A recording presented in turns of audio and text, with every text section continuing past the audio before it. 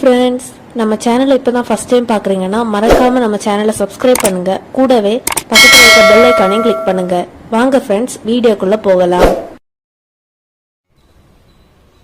Hi friends, இந்த வீடியோவில் நம்ம டீ கடை மசால் வடை எப்படி பண்ணுறேன்னு பார்க்கலாம். இதுக்கு பட்டாணி பருப்பு எடுத்துருக்கிறேன்.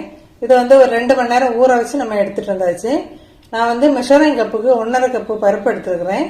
இப்போ நீங்கள் பருப்பு எந்த அளவு வேணா எடுத்துக்கலாம். இதே இது நீ கடலை பருப்புலேயே நம்ம செய்யலாம், பட்டாணி பருப்புலேயே நம்ம மசாலா வடை செய்யலாம். இப்போ நம்ம ஊற வச்ச கடலை நல்லா வடிகட்டி எடுத்துட்டு வந்தாச்சு. இப்போ அரைக்கிறதுக்கு மசாலா கொஞ்சம் நம்ம சேர்க்க போகிறோம். இப்போ என்னெல்லாம் பார்க்கலாம். இப்போ மிக்சி ஜாரில் 1 டீஸ்பூன் சோம்பு, நீங்க சோம்பு அப்படி இல்லை அப்படின்னா ஜீரகம், ரெண்டுல ஏதாவது சேர்த்துக்கலாம். அது அவங்கவுங்க விருப்பத்தை பொறுத்தது. அப்புறம் ஒரு 5-6 பல்லு பூடு, அப்புறம் கொஞ்சமா கருவேப்பிலை. நம்ம இது வெட்டி கட் பண்ணி சேர்க்க போறோம், அதனால கொஞ்சமா கருவேப்பிலை. அப்புறம் வத்தல் அவங்கவுங்க காரத்துக்கு ஏற்ப சேர்த்துக்கலாம். இது கொஞ்சம் காரமான மிளகு, அதனால ஒரு 5 மிளகு சேர்த்துருக்கிறேன், வத்தல் சேர்த்துருக்கிறேன். நீங்க அவங்கவுங்க தேவைக்கு ஏற்ப கொஞ்சம் கூட்டியோ கம்மி பண்ணியோ சேர்த்துக்கோங்க. இப்போ இது இவ்வளோத்தையும் தண்ணி எதுவுமே சேர்க்காம பல்ஸ் மோட்ல ஓட்டி எடுத்துட்டு வந்துடலாம். நம்ம இப்போ மசாலா ஒன்னும் பாதியமா குறகுறப்பா பொடி பண்ணி எடுத்துட்டு வந்துட்டோம். இது ரொம்ப நைஸா அரைக்க வேண்டாம். அது லைட்டா கொஞ்சம் கொஞ்சமா கொஞ்சம் நம்ம வடையில இருந்தா அப்படின்னா தான் நல்லா இருக்கும். இப்போ இது கூடவே சேர்த்து பருப்பை சேர்த்து அரைச்சி எடுத்துடலாம். தண்ணி எதுவுமே இல்லாம பாருங்க, தண்ணி எதுவுமே இல்லாம வடிச்சிட்டு சேர்த்துக்கோங்க. நம்ம இப்போ எடுத்து வச்ச பருப்பை பல்ஸ் மோட்ல போட்டு கொஞ்சம் ரொம்ப நைஸா அரைக்காம கொஞ்சம் குறகுறப்பா அரைச்சி எடுத்துட்டு வந்துட்டு பார்க்கலாம். இப்ப பாருங்க, நம்ம அரைச்ச பருப்பு தண்ணி எதுவுமே சேர்க்கல, ஒரு 3/4 பாத்துக்கு குறகுறப்பா அரைச்சி எடுத்துட்டு வந்தாச்சு. இன்னும் கொஞ்சம் இருக்க பருப்பை இதை விடையும் குறகுறப்பா நம்ம அரைச்சி எடுக்க போறோம். அப்பதான் வடை கொஞ்சம் கிறிஸ்பியா இருக்கும். இப்ப அதையும் அரைச்சிட்டு பார்க்கலாம். இப்ப பாருங்க, 1-2 முழு பருப்பும் இருக்கணும், நல்லா குறகுறப்பாவும் இருக்கணும். அப்பதான் வடை நல்லா கிறிஸ்பியா இருக்கும். இந்த மாதிரி ஃபுல்லாவே அரைச்சி எடுத்துக்கலாம். தண்ணி எதுவும் சேர்க்க வேண்டாம்.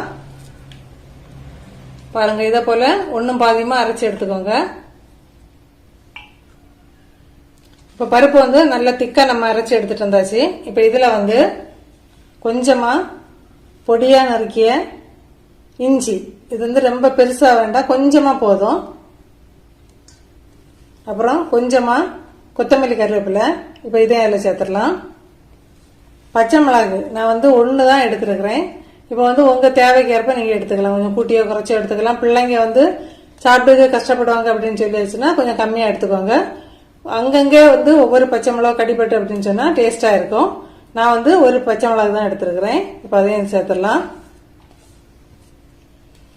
அப்புறம் ஒரு பெரிய வெங்காயம், அப்புறம் ஒரு 10 சின்ன வெங்காயம், இவ்வளோத்தையும் மேக்சிமம் பொடியா கட் பண்ணி இப்ப அதையும் அதுல சேர்த்துடலாம்.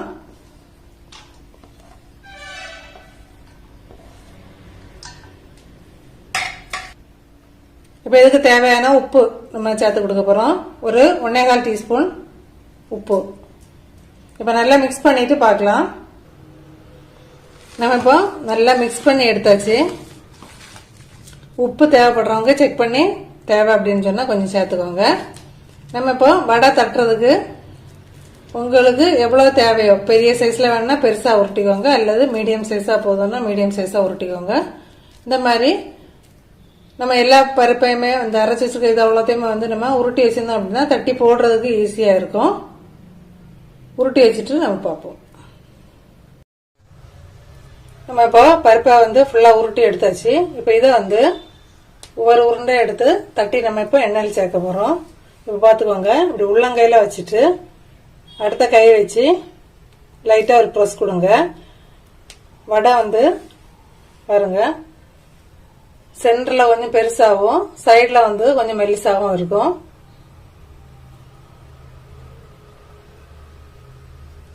இப்ப நம்ம எண்ணெயில் சேர்த்துடலாம். எண்ணெய் வடை வந்து சேர்க்கறதுக்கு ரெடியான சூட்டில் இருக்குது. இப்போ நான் ஒன்று கூட தட்டி உங்களுக்கு காட்டி தரேன்.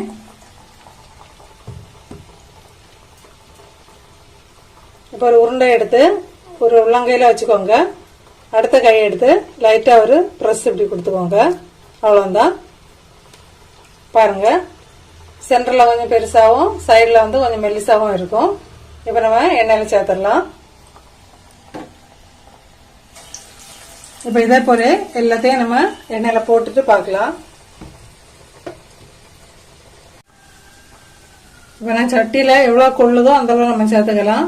நீங்கள் வந்து போட்ட உடனே வந்து கரண்டியை போட்டு கிண்ட வேண்டாம். இதை மாதிரி மேலே எலும்பி வந்த பிறகு நம்ம வந்து அதை புரட்டி போட்டுக்கலாம். அதுக்கு முன்னாடி கரண்டி போட்டு கிண்ட வேண்டாம், பொடிஞ்சிட மாட்டேன். பிகினர்ஸ்க்காக சொல்றேன்.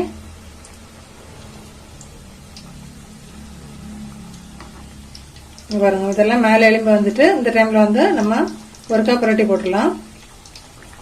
இப்போ வந்து பிகினர்ஸ்க்காக ஒரு டிப் சொல்றேன். சப்போஸ் வந்து நம்ம வந்து பருப்பு அரைக்கும் போது வந்து தண்ணி கொஞ்சம் அதிகப்பட்டுச்சு அப்படின்னு சொன்னா 1 அல்லது 2 டீஸ்பூன் அரிசி மாவு, அப்படி இல்லைன்னா கடலை மாவு சேர்த்து மிக்ஸ் பண்ணிக்கோங்க. அப்போ வந்து வடையில வந்து எண்ணெய் ரொம்ப குடிக்காது. இப்போ நம்ம இதை போல எல்லாத்தையும் புரட்டி போட்டுட்டு 2 சைடும் வெந்த பிறகு எடுக்கலாம். இப்போ 1 நிமிஷம் கூட வெயிட் பண்ணுவோம். இப்போ 2 சைடும் நல்லா செவந்துட்டு இந்த டைம்ல வந்து நம்ம வடையை எடுத்துடலாம். இப்போ டீ கடை மசால் வடை சூப்பரா ரெடி பண்ணிட்டோம். இதே அளவுல ட்ரை பண்ணி பார்த்துட்டு கமெண்ட் பண்ணுங்க ஃப்ரெண்ட்ஸ். Yeah!